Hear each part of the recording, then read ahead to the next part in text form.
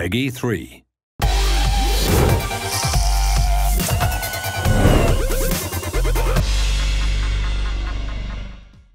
Welcome back to another episode of The Boot Room. Every week, myself and Match Magazine's Darren Cross run through more FIFA 13 tips to make you a better player. This week, we're talking about that left trigger, aren't we, Darren? Yeah, that's right. We're going to look at how you can use the left trigger to give you an advantage in defence and attack. Now, defence is rather interesting. We'll come to that soon. But first, let's talk about the glory part of the game, attacking. Yeah, it's really useful with attacking. And the first thing I'd like to cover is how you can score goals that wouldn't otherwise be possible by using the left trigger. So, for example, a left trigger and shoot will initiate a diving header in some situations where you wouldn't ordinarily be able to get to the ball.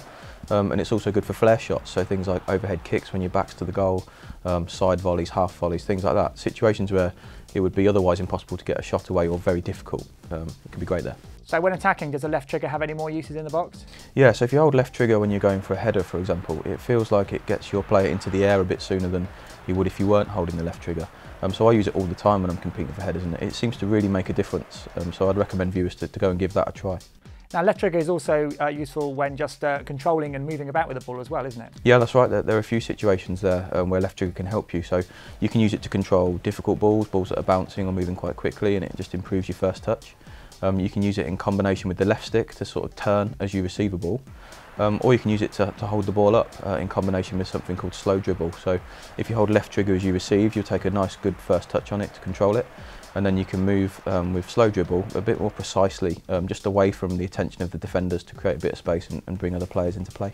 It's worth noting though, isn't it, if you use left trigger to control a dodgy pass, or you like to use it in the rain, that can actually slow your play down a bit, so use it sparingly. Absolutely, yeah. If you're the sort of player that wants to play a very quick counter-attack, then I'd avoid using left trigger unless you have to, because it does sort of give you that half a second or seconds delay that it takes for you to take a proper touch on the ball. Great, now that's the attacking options. Now, I didn't know that you could use this in defence, and when I saw your notes, I was quite surprised at how much it can give you an advantage, especially with 50-50. It really can, yeah. I use it all of the time in defence. 50-50 aerial battles is when it really helps, I find. Similar to when you're attacking, it just seems to get your player into the air a bit sooner. It's kind of like you're saying to him, look, get to the ball as quick as you can and get anything on it that you can. So he'll either clear the ball with a header, or if you're using the shoot button in combination with LT when you're defending, you'll find that he comes up with quite acrobatic clearances sometimes, so overhead kicks or volleys. You're basically just saying to him, get the ball away from goal, and that's where the left trigger really helps you.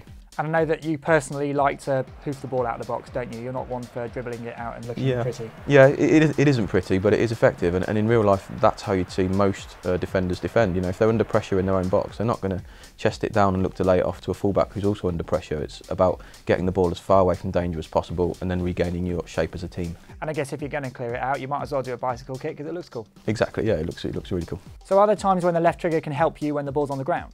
Yeah, absolutely, or when it's in the air. And basically, if you've got space to receive the ball, and again, it looks like it might be difficult to control, so it's bouncing or it's high or it's moving fast, then you can use left trigger as you would in attack, just to make sure that you get a good first touch on it.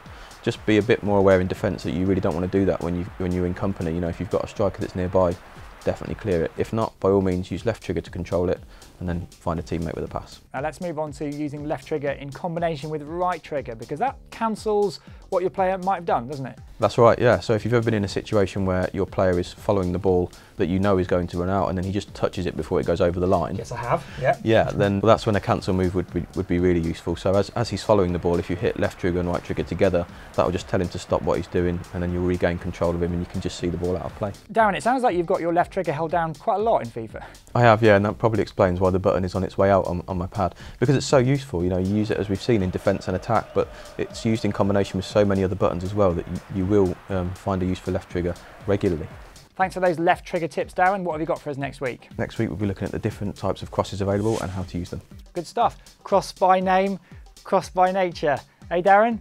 I've heard it before. Oh dear. Join us next week on The Boot Room.